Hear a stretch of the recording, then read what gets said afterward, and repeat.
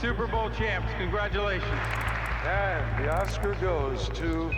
Armstrong is on the moon. Neil Armstrong, 38-year-old American. The Nobel Prize in Literature for 2015 is awarded. And she's well in front of the line. Only 2 women have been inside 2.5. She's going to get a 3rd Olympic gold medal, 17 years of age.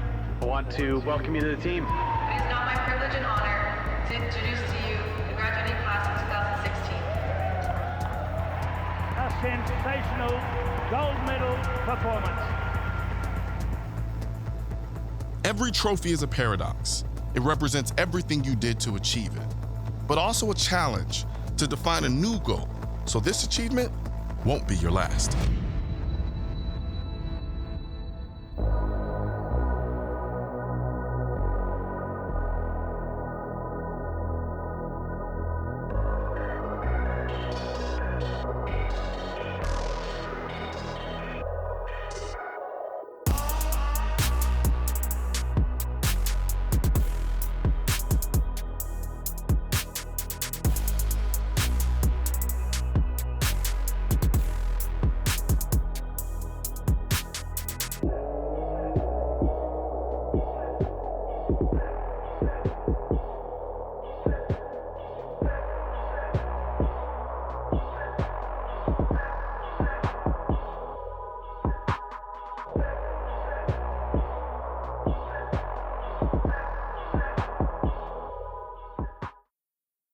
While we were filming out in Wyoming, I asked Chris Costa for a drill that would challenge me, something I would have to work on for months to do it right. So here's the drill, and the first of many failed attempts you'll see from me this season. Oh, and if you think you can do it, I want to see it. So record your run and post it on social for me. Stand 30 yards away from the targets and do the whole thing faster than 15 seconds. Trust me, I'll know if you're cheating. So the drill that we're gonna have Colion do, we have 4 pieces of steel out here. We have 1 on the right and 1 on the left. He's gonna start with the 1 on the left. He's gonna shoot 5 rounds. Then he's gonna speed reload and shoot the 1 on the right and shoot another 5 rounds. There's 2 more in the center. He has a magazine loaded to 10 rounds and he will shoot 5 and 5. So this is a drill to balance that speed and accuracy. Also, when we talked on day 1, we said, see your sights, track your sights. Well, if you wanna speed up because you see it's acceptable, speed up. But if you're reading your sights and you see that something's going wrong, you should slow down. So that's the drill that we're gonna have Colion do, and we'll see how he handles it. Shooter ready?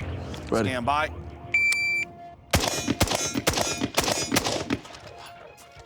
Finish it off. Don't get angry.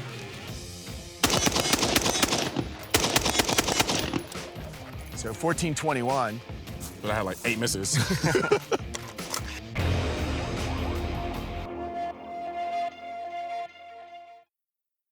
What was your most memorable achievement? My most memorable achievement, when I won the 2006 World Speed Shooting title. graduating basic training. I look at opening this successful store as being my biggest achievement. I would say my most memorable achievement, is sitting right in this chair right at this very moment.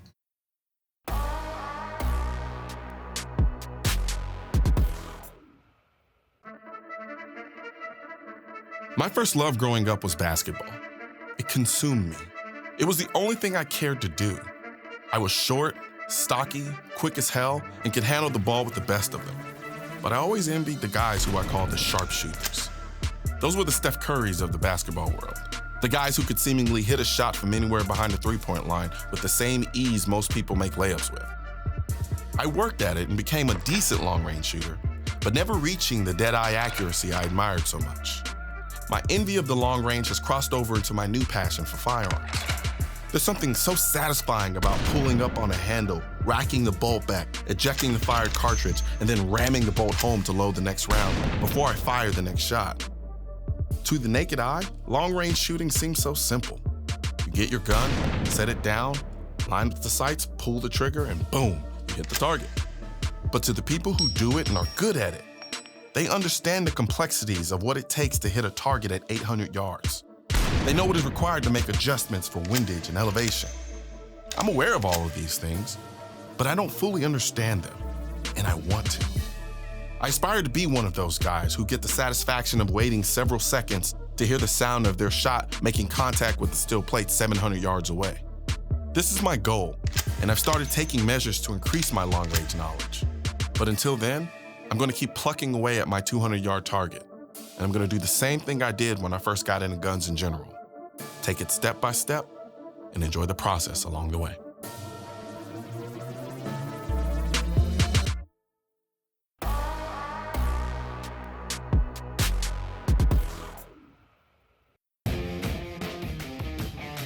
Stand by. Stand by.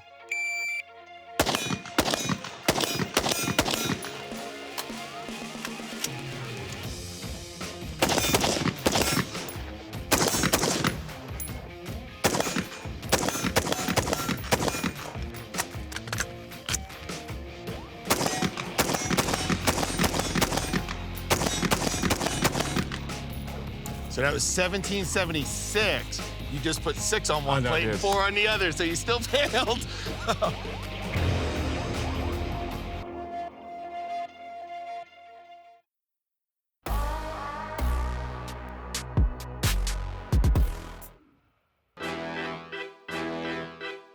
Okay, I'm gonna be running the trap. It's just a fun shoot. It's a nice, easy glide path. And I'm gonna laugh at you if you don't hit it, because it's a nice, easy Meaning glide this path. is an all-out competition. I'm not gonna lie to you, I'm pretty bad. I'm pretty bad at trap. So we'll start off with just 1, and then if you're nailing that, we'll start sending 2 at a time, and so on and so on. We'll see how much fun we can have. And someone here's cheating. And well, you're both cheating. You both got semi-automatics. Doing a little projecting. Just semi-automatics. So there should be no excuses. Hey, it's no big deal, bro. All right, let's do this. You go first. You want to overcompensate. Oh, you want to see what the competition is, don't you? Pull. There we go. You hit it. How many rounds do you have in that thing? Enough. Let me show you how the real men do it. All right. Okay, Mr. Noir. All right, let's do it. Pull. Nope. Good hit. Good hit. That was a test run. It was solid. That was a test run. Nope. Nope. Hey, if you'd like, I'll go step on him after you're done. Pull. There we go. I'm just gonna say I did hit one of those from the hip. I mean, pull.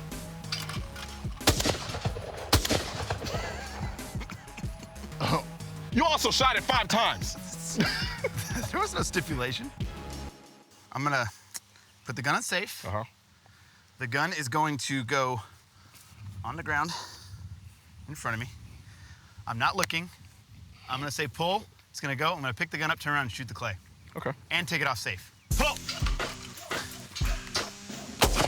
Yeah, you ain't do that one, buddy. I only need 1 shot. I don't need another shot. I'm gonna get that strap out of the way. I got this, man. Okay. I got this. I got this. Help a brother. Pull. Shit. At least you know your limitations. You turned away. Thus concludes the worst shooting segment in the history of firearms television. The firearms industry is leaps and bounds more important than the extreme sports industry as far as that goes. I mean, extreme sport, it's just entertainment. It's what we do for fun, and we make a living at it because we're entertainment. So it is different in that aspect, but at the same time, you've got like a lot of like 3-gun stuff is gaining popularity, and like competitive shooting is gaining popularity. So I mean, it's definitely headed that way, but I think what needs to happen is people need to understand that firearms aren't the bad guy. People are the bad guys. Yeah. And there are far more good guys that use firearms to protect themselves and others than people know, because they're not the ones making a big stink and all over the news. They're not the ones yelling about it all the time and crying about it, and you don't hear about it. But once that kind of starts to register with people, I mean, I've taught so many people how to shoot. BMXers at my house. Everyone knows me as like, they're like, oh, if we go to Morgan's house, you get to shoot guns. That's like, I'm kind of known as that guy in the industry. And like, I've taught so many people how to shoot firearms at my house. And you know, it's always I go over the gun safety rules, and if any of these are broken, you're done, that type of stuff. I'm very serious about it. And we've never had an accident, but lots of people learned how to shoot that have never even touched a gun in their life. And it's so awesome to see the light bulb go off when they actually make that changeover in their head between the evil kill murder machine with the horrible vertical military grip and the super duper 30 caliber click magazine, 2-second gun, you know, like once that switches to, holy crap, this is like fun. And I was actually shocked to talk to some people from ESPN to find out, because I was like, man, when I go up on the Mega Ramp and I've got a Noveski shirt on, nobody take it. If you're not in the gun industry, you don't know what Noveski means. You're like, what's Noveski? I don't know what that is. Is that like a Russian? Is that like some kind of Russian thing? Like an energy drink or what is that? Or they see the, you know, the cross and they go, "Oh, independent skateboards. What is that?" You know, it's like, no, turn it sideways, and you got Noveski. Nobody knows what that is, so I'm putting it on there, and like I see comments and stuff on like the ESPN and the major like accounts, social media accounts, and they're like, "Yes, Noveski, that's awesome." And I'm like, that guy's a shooter. He knows what that is. And then you get people like, "What the heck is that?" You know? So going into it, I was like, people aren't gonna know what this is. And then I thought, you know, the high ups, people that don't want anything to do with guns because they don't like that image, when they find out what this is, they're gonna be like, no, we're not allowed to end it. So that crossed my mind. I was like, I'm just gonna roll it and see what happens. And every interview I've done has been pushing firearm safety, proper handling, like this, all the stuff the NRA stands for. And I was shocked to find out that they actually ate it up. They loved it. Okay, I'm here with Morgan and Colion. We've set up a quick 3-gun range for you guys, starting here. You're going to engage 5 targets with a shotgun, and when you get to that table over there, when you put the shotgun down, you pick up your AR, load your AR, and there are 3 reactionary targets. So how does that work? That works where they pop up on an app that I'm running off a tablet here. Okay. They will fall depending on how many times you hit them. So they know, they register how many times you hit them. See, what you don't know is I've got the app too. I'm just gonna tell it to fall down. So we're gonna have a lot of fun with it. I'm excited to see how you perform. Yes, sir. Let's do it. Shooter ready. Ready. Stand by.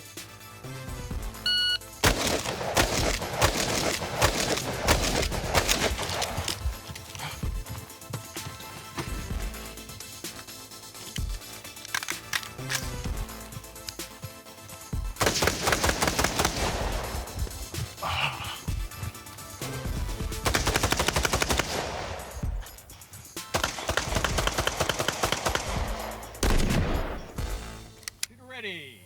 Ready. Stand by.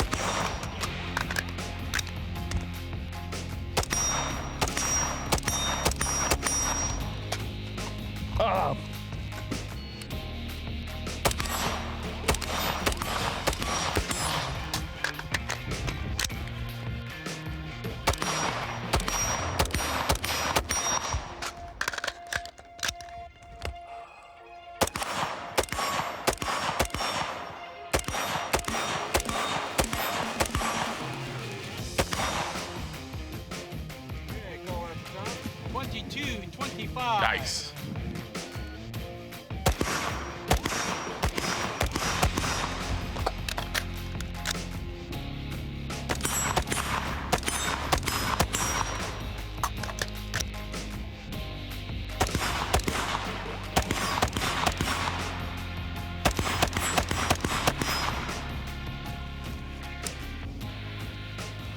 What's the time?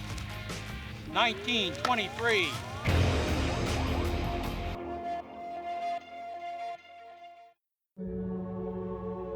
All the great shooters I've hung out with this season, from Costa to Michelle to JJ, all of them say the same thing. The difference between great and good is the great ones laser focus on their weakness. The good ones ignore them. You know by now I ain't great, but I'm giving it a shot. I've been running this evil, satanic drill from hell all summer, and I still can't do it. But I'm not stopping just because I ran out of time for the show. I'm gonna keep at it, and I'm gonna do it. And when that happens, I'm putting it on Instagram for everyone to see. But I want you to get in the game too. Go record your run and share it with me when you hit that time. Then go find the next impossible for the rest of us to chase after. That's what achievement is all about.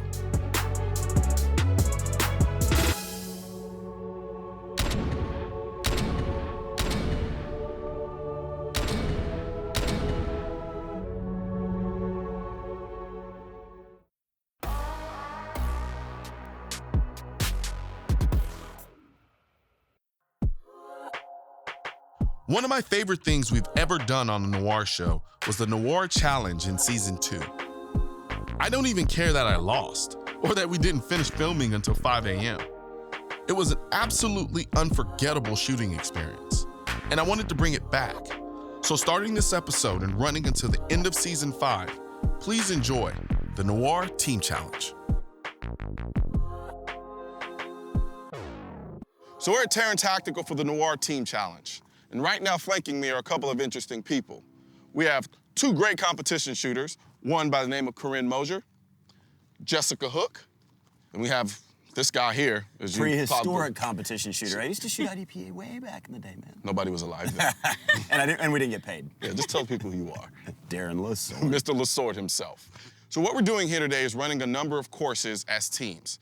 So I'm gonna be paired with Corinne Mosier, and Lasort's gonna be paired with Jessica Hook. So with that being said, we put together several courses loosely around the concept of 3-gun, but for all intents and purposes, we're here to have some fun, some nice competition, and basically beat them.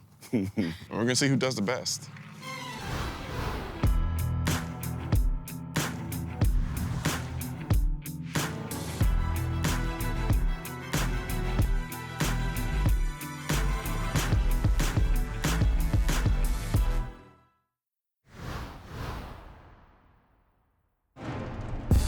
Welcome to the next generation of the Noir Challenge. Here's stage 1. Shooter 1 begins at the cable wheel with a Terran Tactical MPX and hits 1 popper. Then 2 hits on each of the 3 silhouette targets, and then 1 hit on the hostage target. Shooter 1 then moves to the wooden crate, takes a knee, and engages the remaining targets. 3 pie plates, 1 hostage, and 4 more silhouettes with 2 hits each. With the final hit, Shooter 1 must run to the tire and flip it to signal Shooter 2. Shooter 2 then sprints to the second tire, picks up the shotgun loaded with 9 rounds. Shooter 2 must hit 3 poppers and all 6 pie plates. If they miss at all, there will be a necessary reload. Finally, Shooter 2 has to sprint back to the first tire to flip it and take 1 final shot with the pistol at a silhouette target at 25 yards. The team with the shortest time wins. Shooter ready. Stand by.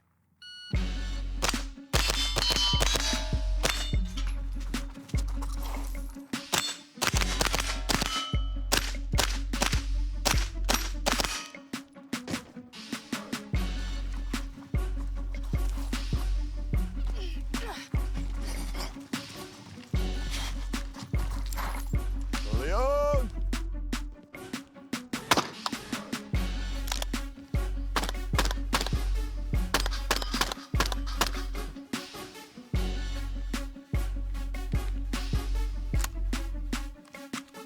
Had to do the reload.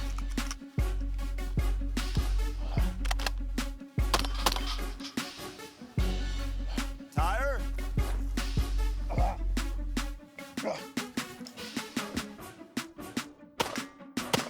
Nice shots.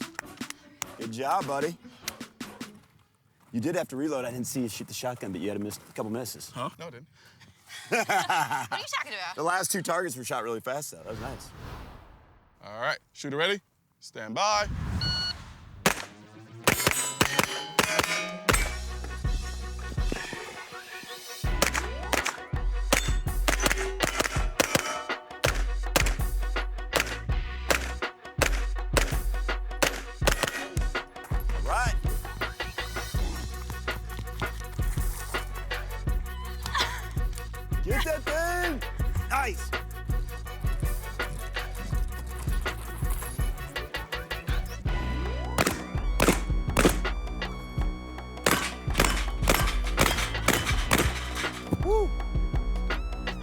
shit.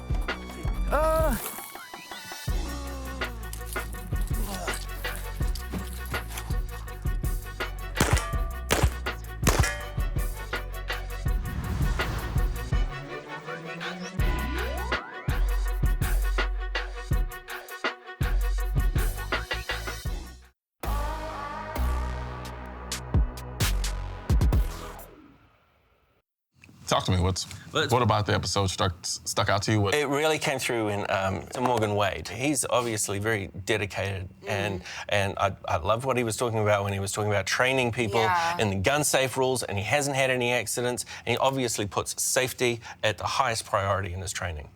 And this is from an extreme athlete, so I'm like, I think you know a thing or two about Danger. mitigating risk. So. I can get behind Achievement doesn't just happen. Yeah. You've got to put in the work. You've got to put in the time and effort. Where do you think the idea that inherently there's a lack of thought or lack of drive that comes with firearm ownership? Where do you think that inherently comes from? Where do you think you got that from? So, honestly, and like I said, it was never really shown to me. Like, that was never what was seen. What was seen was people yelling about, you're trying to take my guns, you're anti-American, like all this vitriol is what was seen. I'm just like, whoa there. Now having a bit more insight, do you think that parts of that reaction are warranted? I think that, so here's the thing, I have a thing about emotions. I don't think any emotion is wrong. I think whatever you feel is what you feel. I think how you react to it is what you have control over, and that's what you're responsible for. So I think if you're trying to, open people's eyes, then there might be a better approach. If you're just trying to yell and, make sure no one takes your guns, then I guess whatever. I think, and I hear you and I agree with you, I think one of the issues and the frustration is I call it the kicking you under the table syndrome. If we were sitting somewhere and I started kicking you underneath the table, and then you just kind of shot me the looks that you typically shoot me, and I continued kicking you under the table, and then it got to a point where you were like, stop it! Yeah. People are gonna think you're crazy. Yeah. They're like, what is wrong with you? Yeah. Like, he's kicked me under the table. I'm like, what is she talking about? I'm sitting here, I'm like, we're friends, I know her, And so what I think a lot of what you're seeing is a reaction from, like, when we think about the rhetoric from like the Hillarys and some of the other antagonists that are on a more national stage, they speak a language that's very euphemistic. They're euphemisms, and they exploit those euphemisms because they understand someone like you who doesn't really too much pay attention to it or didn't have the knowledge you have now will say it's like, okay, she's being reasonable. But you have an added benefit from being a lawyer, being able to then take into account, okay, well, if you pass legislation and it has these certain effects, you understand how that works to a degree. A lot of people don't. So they think, okay, well, she's saying this and she's being reasonable. She says, I respect the Second Amendment, but, and then she starts proposing some of these measures that, we kind of disagree on in some respects. But we also, the people who have been involved in it, who are really entrenched in a conversation, they know what she's tried to pass before. They know what she's tried to do before. So from that perspective, when we hear that language, that's what you get. It's the final, like, it's the 19th kick under the table. So what laws would you have in place? Like, I know how you feel about background checks. You don't want those. No, I didn't say I didn't want background checks. I don't have a problem with background checks. I have a problem with universal background checks. Or this quote-unquote expanded background check. So explain what you mean by universal background checks, because you're right, that is a euphemism that is completely misunderstood by various parties in this argument. When I hear that, I think something different to what you hear. Essentially, what do you think? Right now, if you are a gun dealer, you are in the business of selling guns. Gun dealer. This is what you do. You sell guns for a living. I buy a gun from you, i.e., when I say gun dealers, I'm talking about gun stores, things of that nature. Exactly. Right, even NRA members. No, not NRA members. You are in business of selling guns. I'm an NRA member, but I'm not in the business of selling guns. Even when you go to gun shows, these dealers are at gun shows. Right. So me buying a gun from you, I'm required by law to undergo a background check. Right. What I am not in certain places, like for instance, Texas, if you wanted to sell me a gun, between you and I as a private transaction, we're not required to undergo a background check. You're just not allowed to sell me a gun if you know that I'm a felon, or for whatever reason, I'm not allowed to possess a firearm. So how do you feel about that? What do you think that's okay? a universal background check purports to require even transactions between private citizens to undergo a background check. And so you don't want that to be the case? Absolutely disagree with that. Universal background checks, right, requires you and I, if we're private citizens, to undergo a background check if I'm selling you a firearm.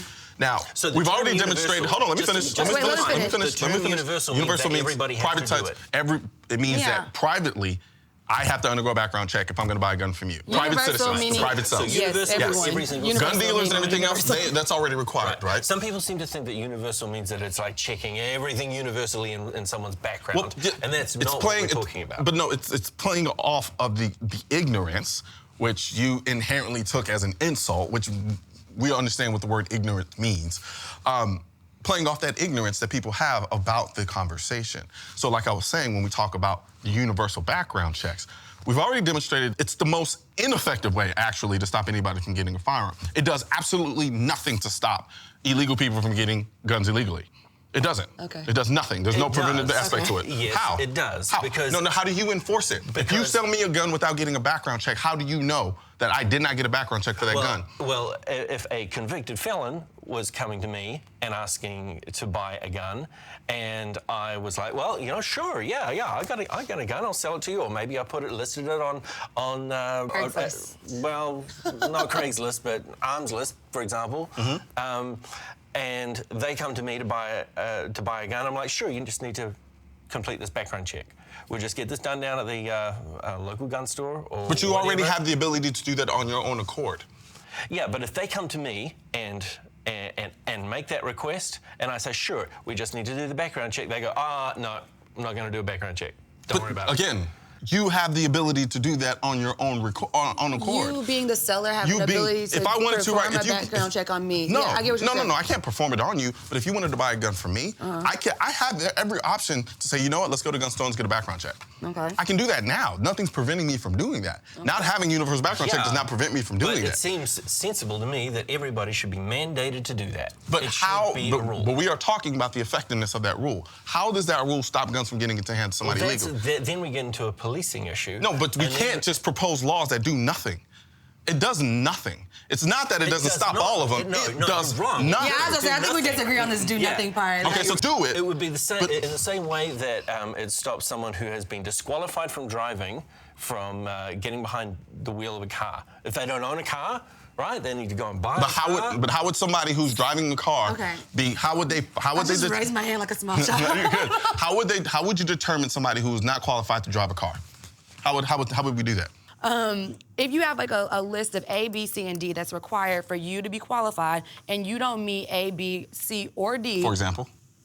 It depends. That's what laws are for. You have to. No, but we have that law in place now, right? No, but we have that law in place now, right? They have tons of them. If you're speeding, if you're drunk, you're not qualified to drive a car. If you're under the influence, you're not qualified. Like, a police officer does a field sobriety test. If you've had your license disqualified, you're not. How would he know my license is disqualified? He runs the same way.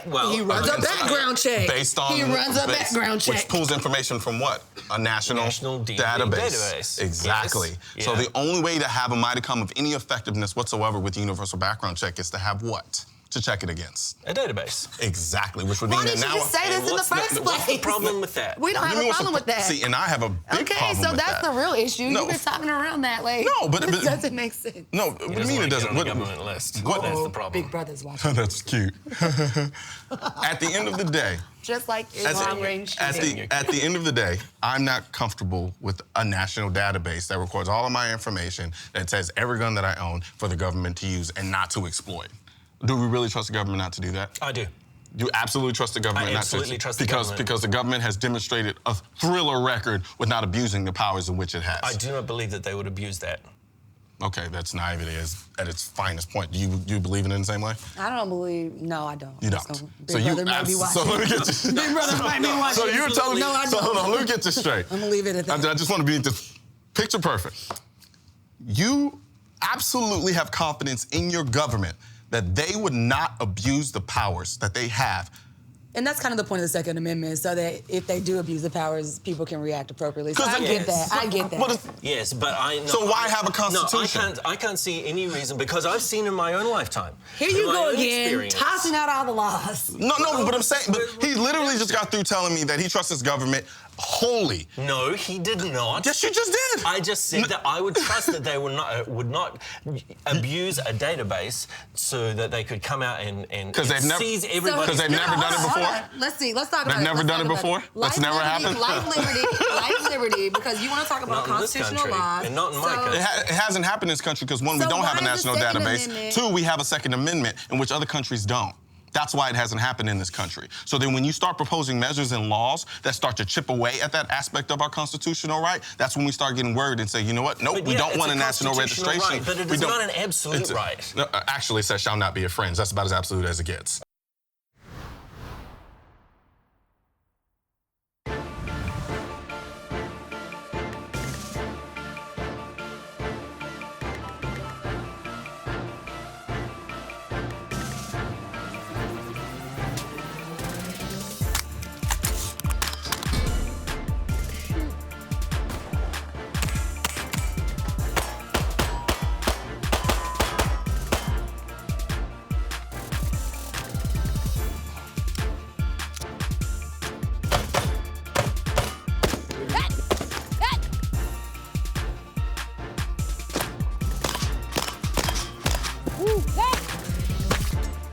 Ah, you little bastard.